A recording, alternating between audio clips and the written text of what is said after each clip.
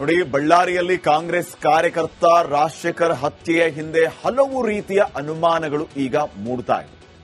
ಈ ಕೇಸನ್ನ ಮುಚ್ಚಿ ಹಾಕೋದಕ್ಕೆ ಕಾಂಗ್ರೆಸ್ನವರೇ ಪ್ರಯತ್ನ ಪಟ್ರ, ಆ ರೀತಿಯ ಷಡ್ಯಂತ್ರವನ್ನ ಮಾಡಿದಾರ ಅನ್ನುವಂತ ಅನುಮಾನಗಳು ಮೂಡ್ತಾ ಇದೆ. ಈ ಅನುಮಾನಕ್ಕೂ ಹಲವು ಕಾರಣಗಳಿದೆ ನೋಡಿ.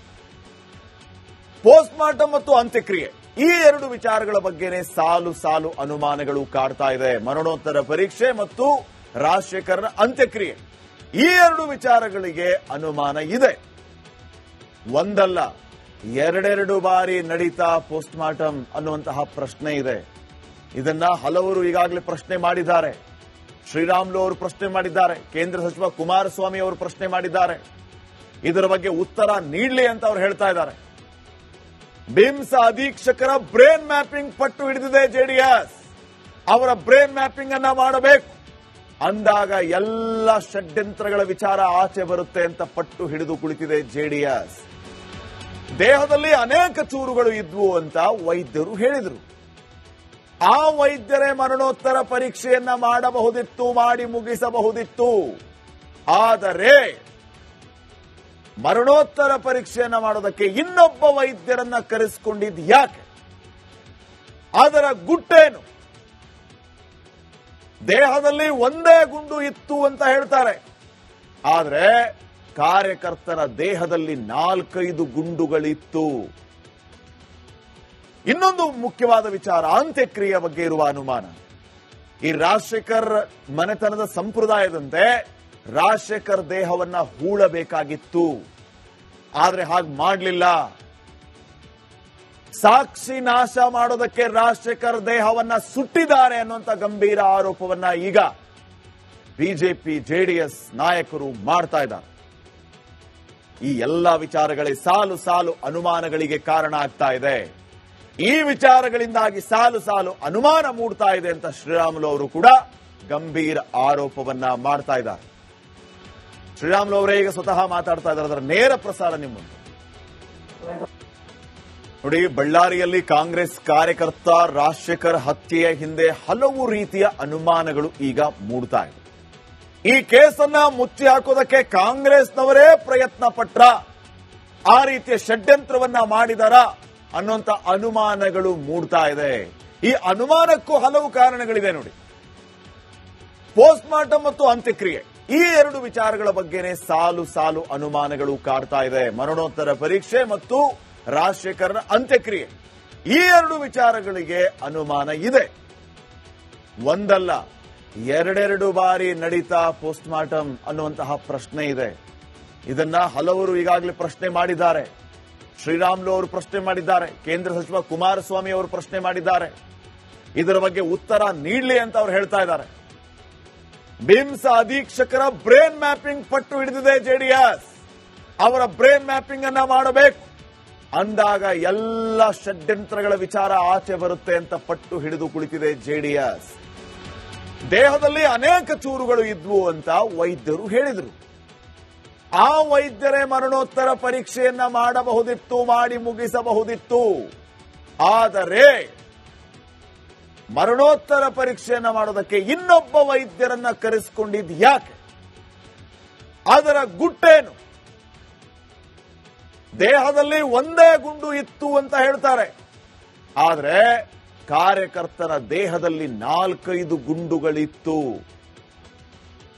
ಇನ್ನೊಂದು ಮುಖ್ಯವಾದ ವಿಚಾರ, ಅಂತ್ಯಕ್ರಿಯೆ ಬಗ್ಗೆ ಇರುವ ಅನುಮಾನ. ಈ ರಾಜಶೇಖರ್ ಮನೆತನದ ಸಂಪ್ರದಾಯದಂತೆ ರಾಜಶೇಖರ್ ದೇಹವನ್ನ ಹೂಳಬೇಕಾಗಿತ್ತು, ಆದ್ರೆ ಹಾಗೆ ಮಾಡಲಿಲ್ಲ. ಸಾಕ್ಷಿ ನಾಶ ಮಾಡೋದಕ್ಕೆ ರಾಜಶೇಖರ್ ದೇಹವನ್ನ ಸುಟ್ಟಿದ್ದಾರೆ ಅನ್ನುವಂತ ಗಂಭೀರ ಆರೋಪವನ್ನ ಈಗ ಬಿಜೆಪಿ ಜೆಡಿಎಸ್ ನಾಯಕರು ಮಾಡ್ತಾ ಇದ್ದಾರೆ. ಈ ಎಲ್ಲ ವಿಚಾರಗಳೇ ಸಾಲು ಸಾಲು ಅನುಮಾನಗಳಿಗೆ ಕಾರಣ ಆಗ್ತಾ ಇದೆ.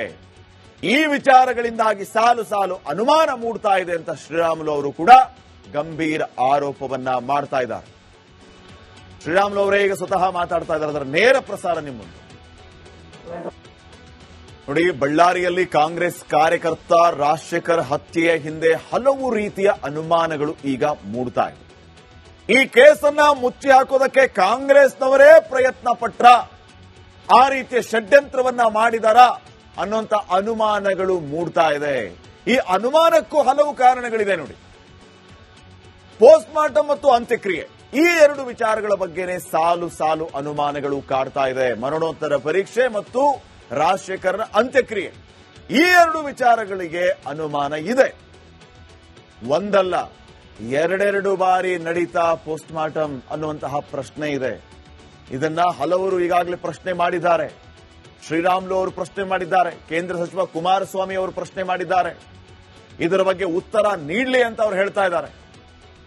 ಬಿಮ್ಸ್ ಅಧೀಕ್ಷಕರ ಬ್ರೇನ್ ಮ್ಯಾಪಿಂಗ್ ಪಟ್ಟು ಹಿಡಿದಿದೆ ಜೆಡಿಎಸ್. ಅವರ ಬ್ರೇನ್ ಮ್ಯಾಪಿಂಗ್ ಅನ್ನ ಮಾಡಬೇಕು ಅಂದಾಗ ಎಲ್ಲ ಷಡ್ಯಂತ್ರಗಳ ವಿಚಾರ ಆಚೆ ಬರುತ್ತೆ ಅಂತ ಪಟ್ಟು ಹಿಡಿದು ಕುಳಿತಿದೆ ಜೆಡಿಎಸ್. ದೇಹದಲ್ಲಿ ಅನೇಕ ಚೂರುಗಳು ಇದ್ವು ಅಂತ ವೈದ್ಯರು ಹೇಳಿದರು. ಆ ವೈದ್ಯರೇ ಮರಣೋತ್ತರ ಪರೀಕ್ಷೆಯನ್ನ ಮಾಡಬಹುದಿತ್ತು, ಮಾಡಿ ಮುಗಿಸಬಹುದಿತ್ತು. ಆದರೆ ಮರಣೋತ್ತರ ಪರೀಕ್ಷೆಯನ್ನ ಮಾಡೋದಕ್ಕೆ ಇನ್ನೊಬ್ಬ ವೈದ್ಯರನ್ನ ಕರೆಸಿಕೊಂಡಿದ್ದು ಯಾಕೆ? ಅದರ ಗುಟ್ಟೇನು?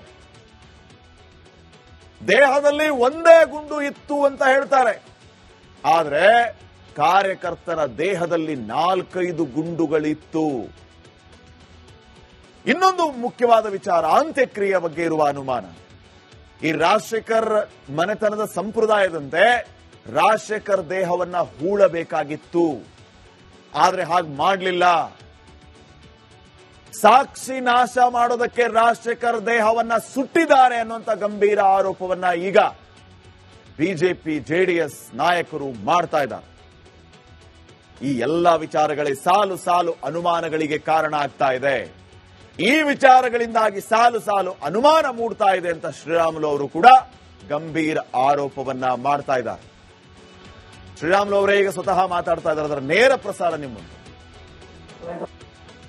ನೋಡಿ. ಬಳ್ಳಾರಿಯಲ್ಲಿ ಕಾಂಗ್ರೆಸ್ ಕಾರ್ಯಕರ್ತ ರಾಜಶೇಖರ್ ಹತ್ಯೆಯ ಹಿಂದೆ ಹಲವು ರೀತಿಯ ಅನುಮಾನಗಳು ಈಗ ಮೂಡ್ತಾ ಇದೆ. ಈ ಕೇಸನ್ನ ಮುಚ್ಚಿ ಹಾಕೋದಕ್ಕೆ ಕಾಂಗ್ರೆಸ್ನವರೇ ಪ್ರಯತ್ನ ಪಟ್ರ, ಆ ರೀತಿಯ ಷಡ್ಯಂತ್ರವನ್ನ ಮಾಡಿದರ ಅನ್ನುವಂತ ಅನುಮಾನಗಳು ಮೂಡ್ತಾ ಇದೆ. ಈ ಅನುಮಾನಕ್ಕೂ ಹಲವು ಕಾರಣಗಳಿದೆ ನೋಡಿ. ಪೋಸ್ಟ್ ಮಾರ್ಟಮ್ ಮತ್ತು ಅಂತ್ಯಕ್ರಿಯೆ ಈ ಎರಡು ವಿಚಾರಗಳ ಬಗ್ಗೆನೇ ಸಾಲು ಸಾಲು ಅನುಮಾನಗಳು ಕಾಡ್ತಾ ಇದೆ. ಮರಣೋತ್ತರ ಪರೀಕ್ಷೆ ಮತ್ತು ರಾಜಶೇಖರ್ನ ಅಂತ್ಯಕ್ರಿಯೆ ಈ ಎರಡು ವಿಚಾರಗಳಿಗೆ ಅನುಮಾನ ಇದೆ. ಒಂದಲ್ಲ ಎರಡೆರಡು ಬಾರಿ ನಡೀತಾ ಪೋಸ್ಟ್ ಮಾರ್ಟಮ್ ಅನ್ನುವಂತಹ ಪ್ರಶ್ನೆ ಇದೆ. ಇದನ್ನ ಹಲವರು ಈಗಾಗಲೇ ಪ್ರಶ್ನೆ ಮಾಡಿದ್ದಾರೆ. ಶ್ರೀರಾಮುಲು ಅವರು ಪ್ರಶ್ನೆ ಮಾಡಿದ್ದಾರೆ, ಕೇಂದ್ರ ಸಚಿವ ಕುಮಾರಸ್ವಾಮಿ ಅವರು ಪ್ರಶ್ನೆ ಮಾಡಿದ್ದಾರೆ.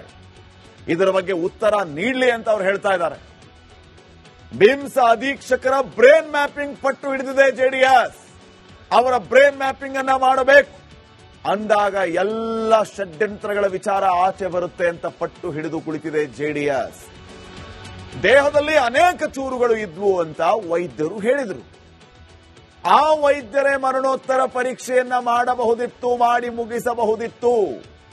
ಆದರೆ ಮರಣೋತ್ತರ ಪರೀಕ್ಷೆಯನ್ನ ಮಾಡೋದಕ್ಕೆ ಇನ್ನೊಬ್ಬ ವೈದ್ಯರನ್ನ ಕರೆಸಿಕೊಂಡಿದ್ದು ಯಾಕೆ? ಅದರ ಗುಟ್ಟೇನು? ದೇಹದಲ್ಲಿ ಒಂದೇ ಗುಂಡು ಇತ್ತು ಅಂತ ಹೇಳ್ತಾರೆ, ಆದ್ರೆ ಕಾರ್ಯಕರ್ತರ ದೇಹದಲ್ಲಿ 4-5 ಗುಂಡುಗಳಿತ್ತು. ಇನ್ನೊಂದು ಮುಖ್ಯವಾದ ವಿಚಾರ, ಅಂತ್ಯಕ್ರಿಯೆ ಬಗ್ಗೆ ಇರುವ ಅನುಮಾನ. ಈ ರಾಜಶೇಖರ್ ಮನೆತನದ ಸಂಪ್ರದಾಯದಂತೆ ರಾಜಶೇಖರ್ ದೇಹವನ್ನ ಹೂಳಬೇಕಾಗಿತ್ತು, ಆದ್ರೆ ಹಾಗೆ ಮಾಡಲಿಲ್ಲ. ಸಾಕ್ಷಿ ನಾಶ ಮಾಡೋದಕ್ಕೆ ರಾಜಶೇಖರ್ ದೇಹವನ್ನ ಸುಟ್ಟಿದ್ದಾರೆ ಅನ್ನುವಂತ ಗಂಭೀರ ಆರೋಪವನ್ನ ಈಗ ಬಿಜೆಪಿ ಜೆಡಿಎಸ್ ನಾಯಕರು ಮಾಡ್ತಾ ಇದ್ದಾರೆ. ಈ ಎಲ್ಲ ವಿಚಾರಗಳೇ ಸಾಲು ಸಾಲು ಅನುಮಾನಗಳಿಗೆ ಕಾರಣ ಆಗ್ತಾ ಇದೆ. ಈ ವಿಚಾರಗಳಿಂದಾಗಿ ಸಾಲು ಸಾಲು ಅನುಮಾನ ಮೂಡ್ತಾ ಇದೆ ಅಂತ ಶ್ರೀರಾಮುಲು ಅವರು ಕೂಡ ಗಂಭೀರ ಆರೋಪವನ್ನ ಮಾಡ್ತಾ ಇದ್ದಾರೆ. ಶ್ರೀರಾಮುಲು ಅವರೇ ಈಗ ಸ್ವತಃ ಮಾತಾಡ್ತಾ ಇದ್ದಾರೆ, ಅದರ ನೇರ ಪ್ರಸಾರ ನಿಮ್ಮ ಮುಂದೆ